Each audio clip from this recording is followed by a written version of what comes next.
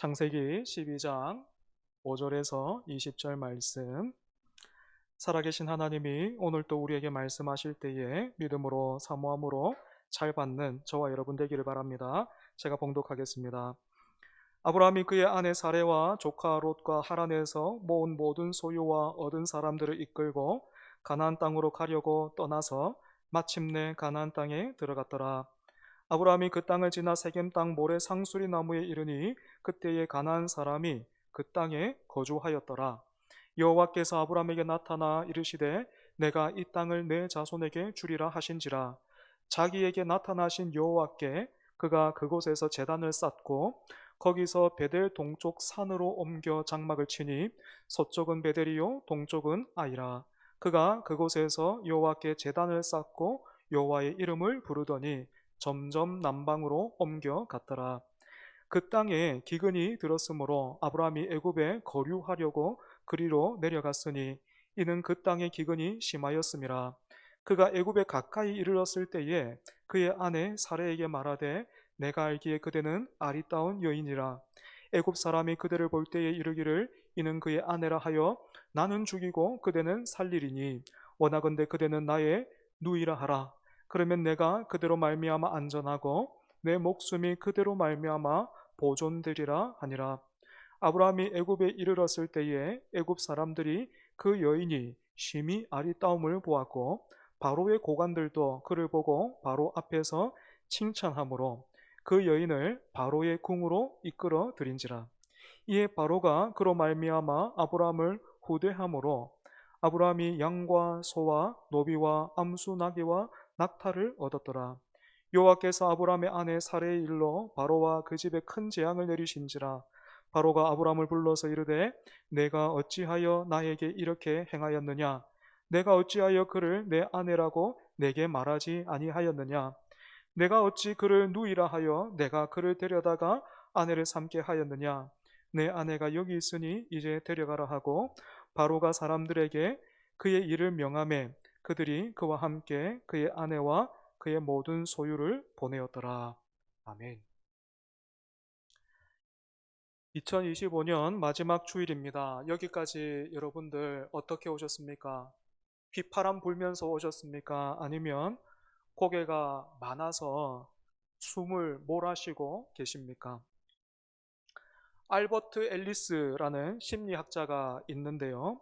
이분은 삶을 유난히 버겁게 만드는 가장 큰 이유로 우리 안에 있는 세 가지 해야 한다라는 그런 생각을 말한 적이 있습니다.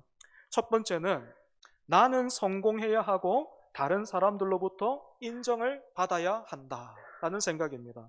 두 번째는 누구나 내게 잘 대해 주어야 한다. 참고로 지금 제가 말하고 있는 이 생각들이 뭐라고요? 우리 삶을 유난히 힘들게 만드는 생각입니다. 세 번째는요, 세상은 반드시 살기 쉬워야 한다라는 생각입니다. 알버트 앨리스는 이 세 가지 신념을 해야 한다 삼총사로 부르면서 이런 비합리적인 생각은 합리적으로 바꾸는 것이 정신 건강에 중요하다, 그렇게 강조했습니다. 저는 이분의 주장을 우리 믿음에도 적용해 볼 수 있겠다 싶습니다. 해야 한다 삼총사가 우리 삶을 유난히 버겁게 만든다면 우리 신앙과 믿음을 병들게 하는 또 다른 해야 한다 삼총사가 있는 것이죠. 그래서 그 알버트 앨리슨 이분의 그 연구 결과에 제가 이렇게 한번 덧붙여 봤습니다. 첫 번째는요, 하나님을 믿었으니 나는 성공해야 하고 다른 사람들로부터 인정을 받아야 한다. 두 번째는 하나님을 믿었으니 이제부터 하나님은 나에게 잘 대해 주어야 한다. 세 번째는 하나님을 믿었으니 편하게 살 수 있도록 고난과 문제들은 하나님이 알아서 막아줘야 된다, 이렇게 생각하는 것입니다.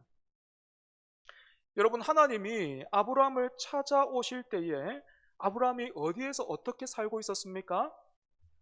하란에서, 갈대아 우르에서 우상을 섬기면서 살았습니다. 말하자면 그 인생이 해야 한다 삼총사에 딱 붙들려 있었던 것입니다.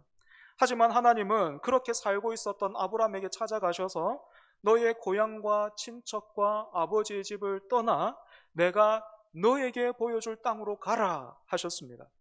여러분, 이처럼 하나님이 아브라함에게 가라 하신 것은 단순히 아브라함을 이사시키기 위한 목적이 아니었습니다. 하나님이 바꾸어 주기를 원하셨던 것은 아브라함의 주소가 아니라 아브라함의 신앙 체질과 그 인생을 바꿔서 하나님이 주시는 복을 받으며 살기를 원하셨습니다. 그래서 하나님은 아브라함에게 너의 고향과 친척과 아버지의 집을 떠나라 하셨습니다.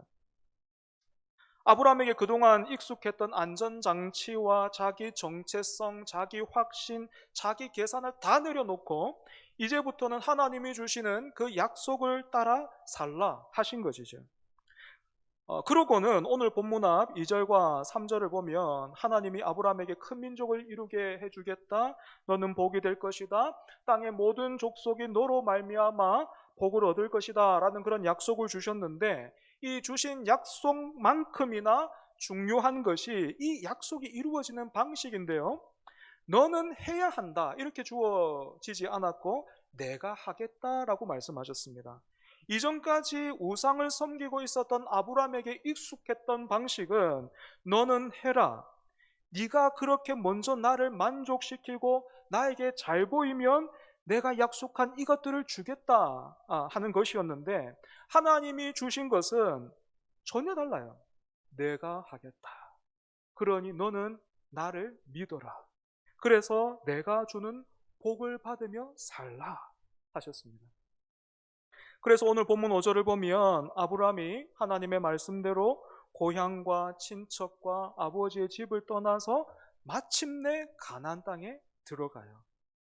여기에서 한 가지 흥미로운 것은요, 일이 이렇게 진행되기까지 아브라함이 한마디도 안 하고 있다는 거예요.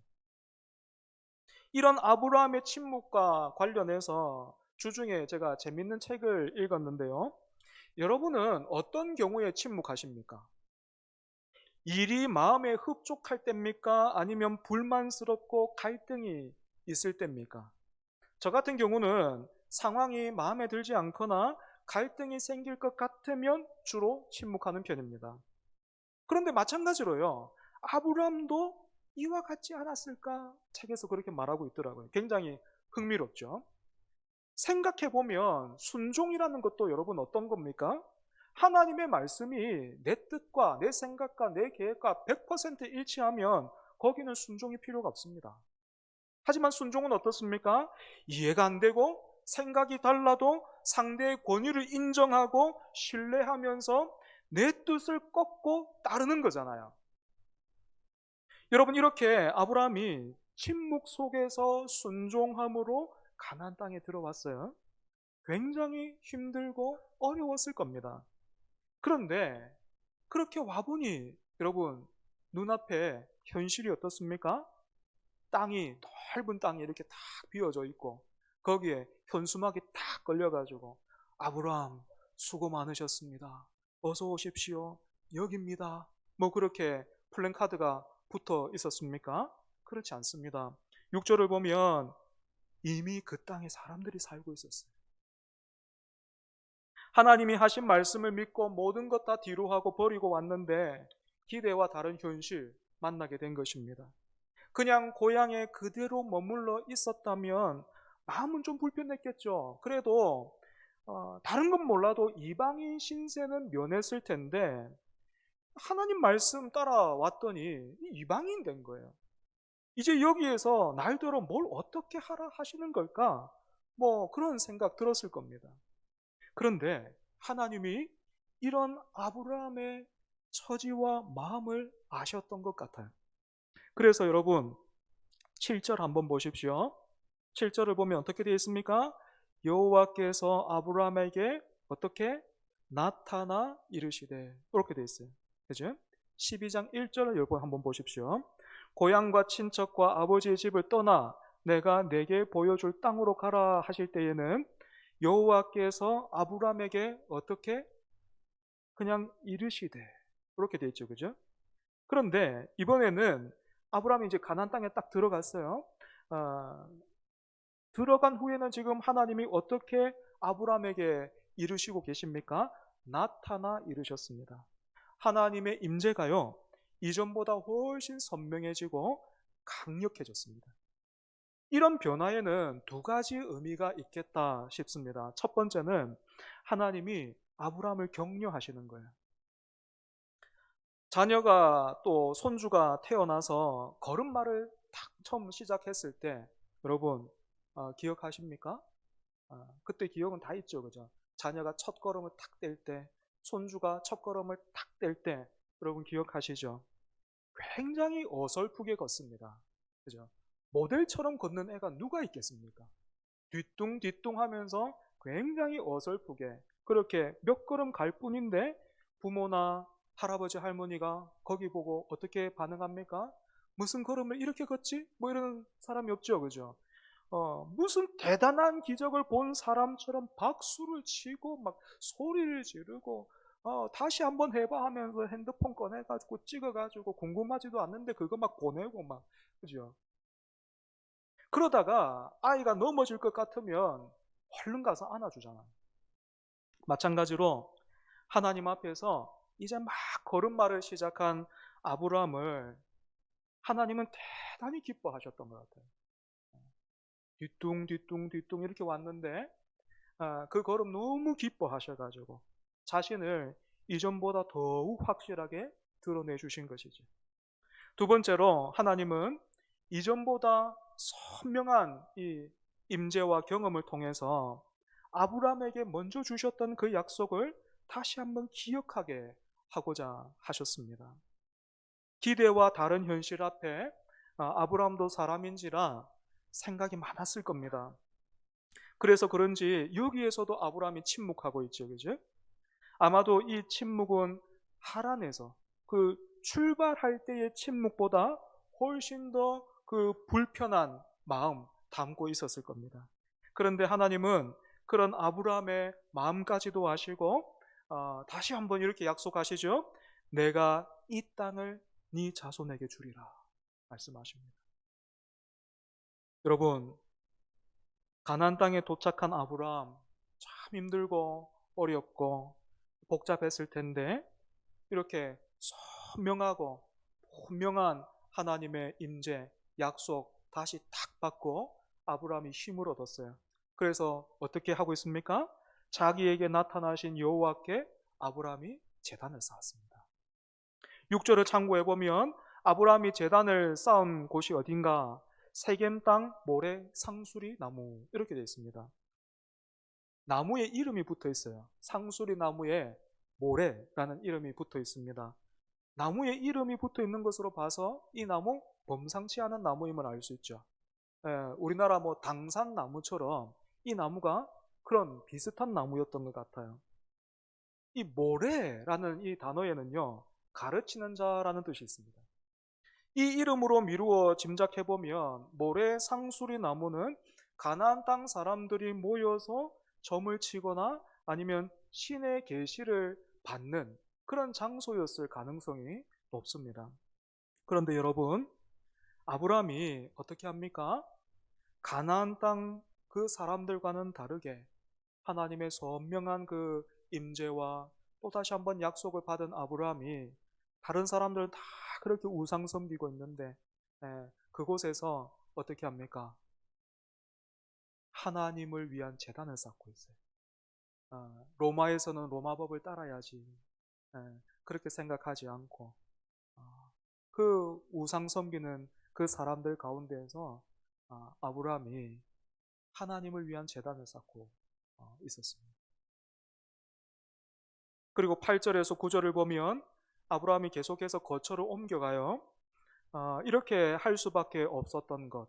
이 거처를 옮겨가는 그 과정을 보면 아브라함이 산으로도 가죠, 그죠? 평지에 살기 좋았을 텐데 왜 산으로 갈까요? 아마도 그 땅 사람들의 텃세가 있었던 것 같습니다. 훨씬 상황이 안 좋아지는 거예요. 그럼에도 불구하고 아브라함은 또 제단을 쌓고 하나님의 이름을 불렀습니다. 놀라운 것은요, 이런 아브라함의 모습이 먼 훗날 여호수아를 통해서 가나안 땅을 정복한 그 일과 이어진다라는 것입니다.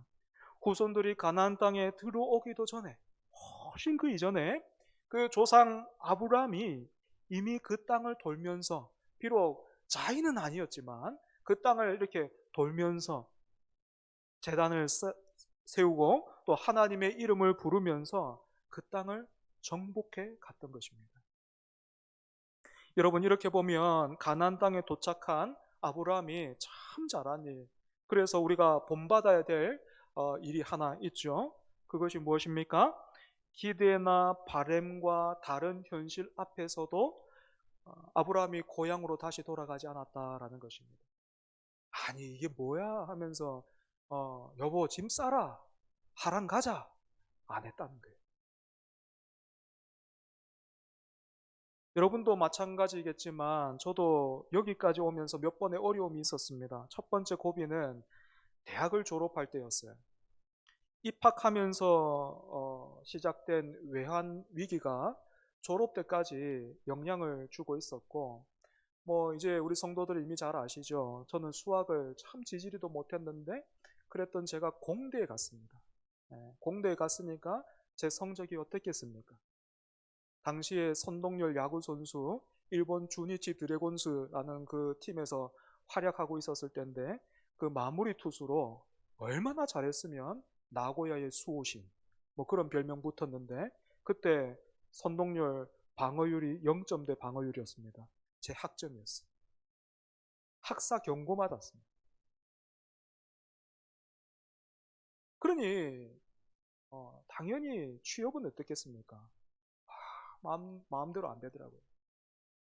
지금도 기억이 납니다. 버스를 타고 학교를 가는데, 야, 나 이제 어떻게 해야 될까? 나 어떻게 살아야 될까? 나 뭐 해야 되지? 하면서 생각하는데, 제가 그때 처음 느꼈어요.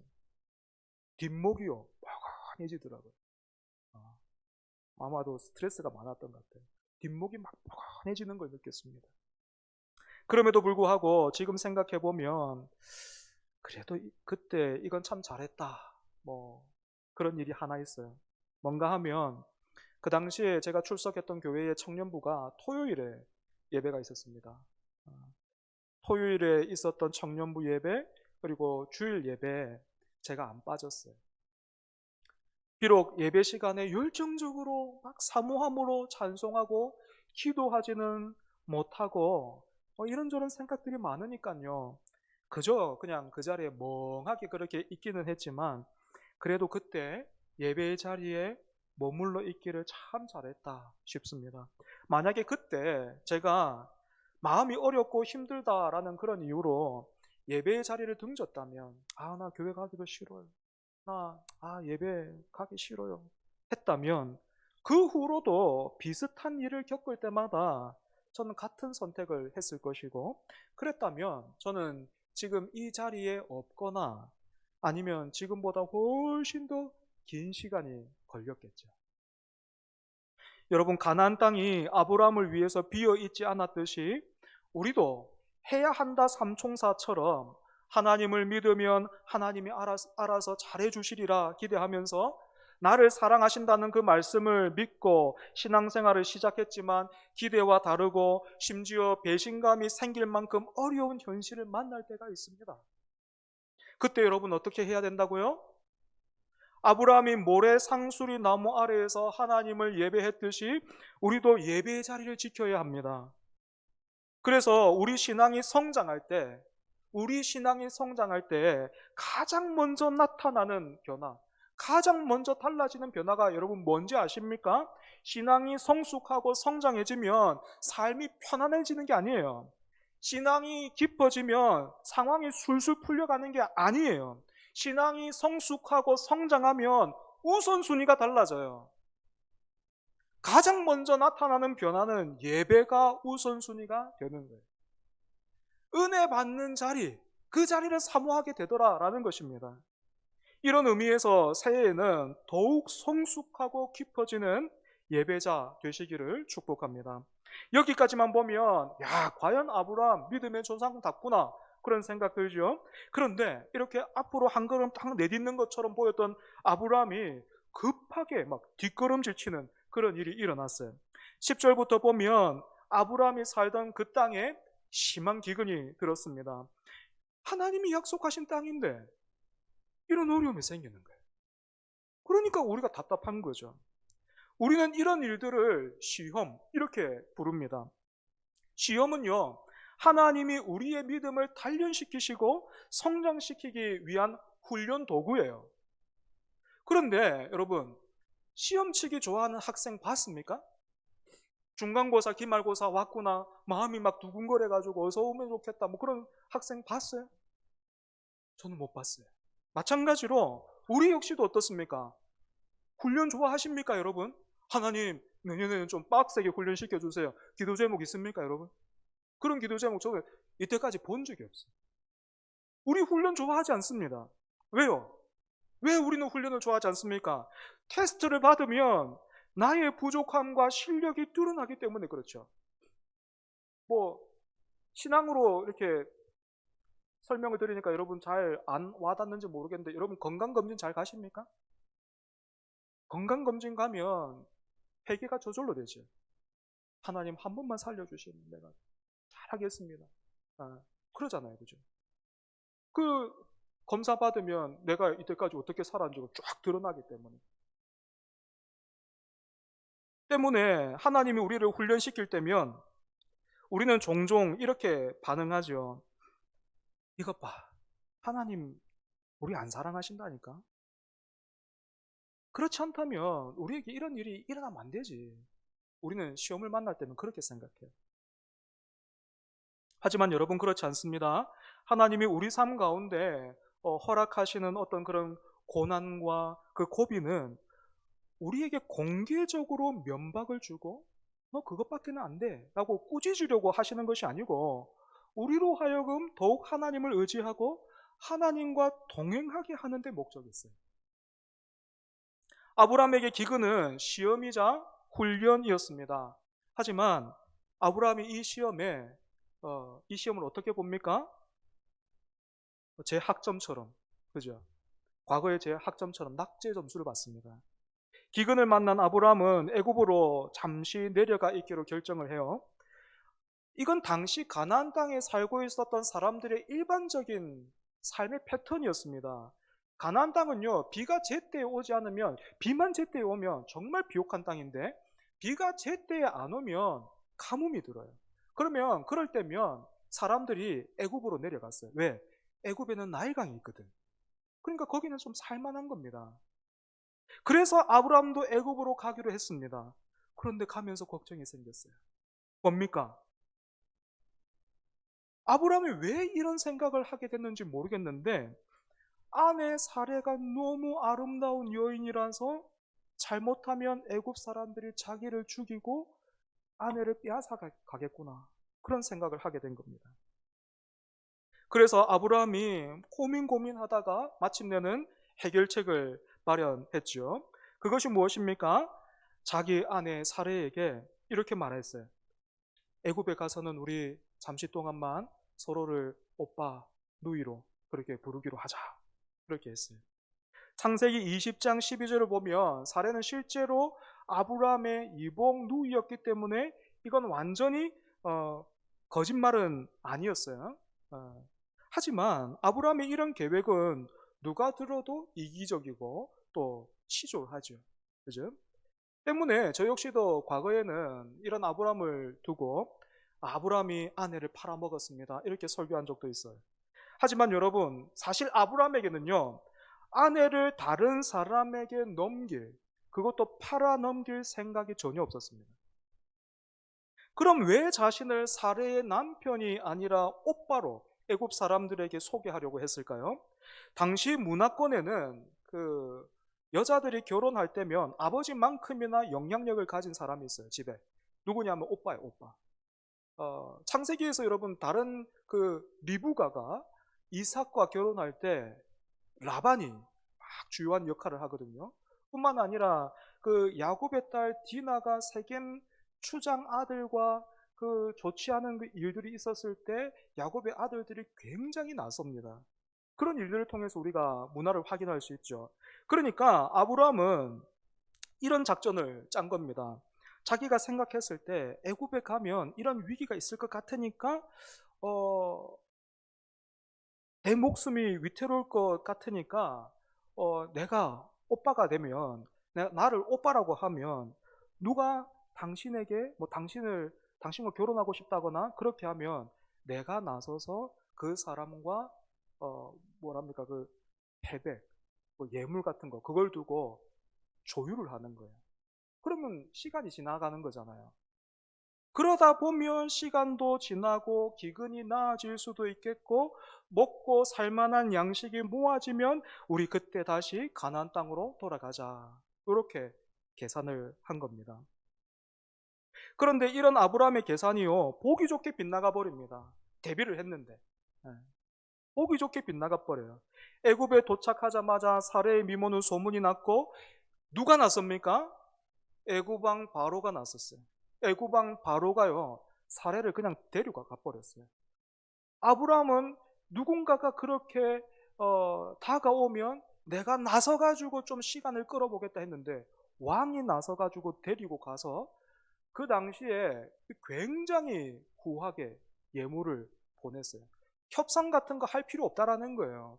누구와 협상한 것보다도 내가 더 줄 수 있다. 뭐 그런 의미로 많이 보냈어요.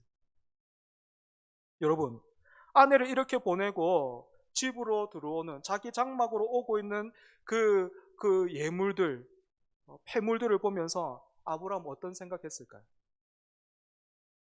지금이라도 이 수치와 잘못된 일을 바로잡자 하고 나선다면 여러분 어떻게 됐겠습니까? 아브라함 자신은 물론이고 사례의 안전도 장담할 수 없었을 겁니다. 그런데 여러분 문제가 더 큰 문제가 있어요. 어, 참 못난 남편이기도 하지만 그래서 아내를 정말 그렇게 위험한 또 수치스러운 그런 상황으로 몰아넣었다라는 그런 잘못도 있지만 아브라함의 이 실수로 인해서 지금 어떤 일이 벌어졌습니까? 하나님이 주신 그 약속까지 위협받는 상황이 됐어요. 하나님이 주신 그 약속까지 깨어질 상황이 됐어요. 하나님은 분명 아브라함에게 후손을 약속하셨고 그 약속은 당연히 사례를 통해서 이루어질 것인데 이 기근과 애굽 사람을 두려워해서 아브라함이요 초대형 악수를 두고 만 것입니다. 여러분 여기서 잘 보십시오. 두려움이 예배를 밀어내면 거짓이 나오고 거짓은 더 큰 위기를 부릅니다. 여러분 이처럼 사고는 아브라함이 쳤는데 아브라함이 손쓸 수가 없어요. 아내도 마찬가지고요. 하나님 주신 약속은 물론이고 아내도 내 아내인데 내가 손쓸 수가 없어요. 누가 수습합니까? 하나님이 하십니다. 하나님은 살해의 일로 바로의 집안에 큰 재앙을 내리셨습니다. 여러분 사실 잘못은 누가 한 겁니까? 아브라함이 했는데 재앙은 바로에게 내리셨습니다. 이상하죠? 그런데 우리는 이미 이와 비슷한 그런 일을 알고 있습니다. 바로 예수 그리스도의 십자가죠. 죄는 우리가 지었는데 정작 심판과 저주와 형벌은 내가 아니라 나무에 달리신 예수님이 다 지셨습니다. 하나님이 왜 이렇게 하실까요? 내가 택한 백성을 나는 망하게 둘 수 없다. 내가 너와 맺은 언약과 은혜를 나는 망하게 두지 않을 것이다. 라는 하나님의 뜻과 의지가 여기에 담겨 있는 것입니다. 이렇게 아브라함이 모든 것을 망쳐버린 그 자리에서도 하나님은 언약을 다시 세우시고 지켜내셨습니다. 마찬가지로 크신 하나님이 지금도 시험을 통해서 우리의 부족한 부분을 보게 하시지만 그것은 우리를 부끄럽게 만들려고 하시는 것이 아니라 나의 부족함을 알게 하시고 그래서 더욱 하나님을 의지하고 겸손하게 하는 그런 도구입니다. 여러분 때문에 올 한해 이렇게 돌아봤을 때 참 부끄럽다. 하나님 앞에 참 죄송스럽다. 낙제한 것 같은데 여러분 그런 생각 드십니까? 제가 그 학사 경고 받았는데 그거 재수강 해가지고 다 메꿨습니다. 그 등록금 죄 없으신 우리 아버지가 다 내셨어요. 여러분 마찬가지로 하나님은 한 걸음 앞으로 나갔다가 더 많이 뒷걸음질 치는 것 같은 그런 인생도 하나님은 능히 책임지십니다. 그리고 다시 시작하십니다. 말씀을 정리하겠습니다. 우리의 삶을 어렵게 만드는 해야 한다 삼총사가 있다면 반대로 우리의 삶을 복으로 이끄는 믿음의 삼총사도 있어요. 첫 번째는 나는 성공해야 한다 하는 것이 아니라 나는 이미 은혜로 부르심을 받았다. 두 번째는 하나님은 나에게 잘해줘야 된다라는 것이 아니라 나는 하나님을 예배해야 한다. 마지막 세 번째는 세상은 편해야 한다 하는 것이 아니라 시험이 와도 하나님은 신실하시다. 시험이 와도 하나님은 언약을 지키신다라는 거예요. 세 개 다시 한번 정리해 볼까요? 나는 이미 은혜로 부름받았다. 나는 하나님을 예배해야 한다. 시험이 와도 하나님은 언제나 신실하시다. 올 한 해를 돌아보면서 다가오는 새해에는 해야 한다 삼총사가 아니라 믿음의 삼총사를 기억하면서 살아가는 저와 여러분 되기를 축복합니다. 기도하겠습니다.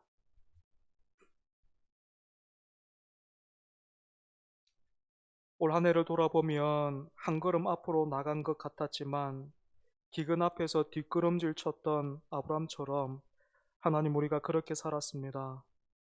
그래서 여전히 하나님 앞에 드릴 것 없고 하나님의 이름을 부를 면목도 없고 얼굴을 하나님 들 수도 없는 그런 상황에 있습니다. 그럼에도 불구하고 이런 우리의 삶이 복됩니다. 우리를 붙드신 하나님이 나보다 세상보다 크시고 하나님이 나와 세상과도 다르신 분이시기 때문입니다. 하나님, 이 은혜에 붙들려 앞으로 더하시는 모든 날 속에서 우리가 믿음 안에 거하며 아브람처럼 하나님을 예배하게 하여 주시옵소서. 예수님 이름으로 기도합니다. 아멘.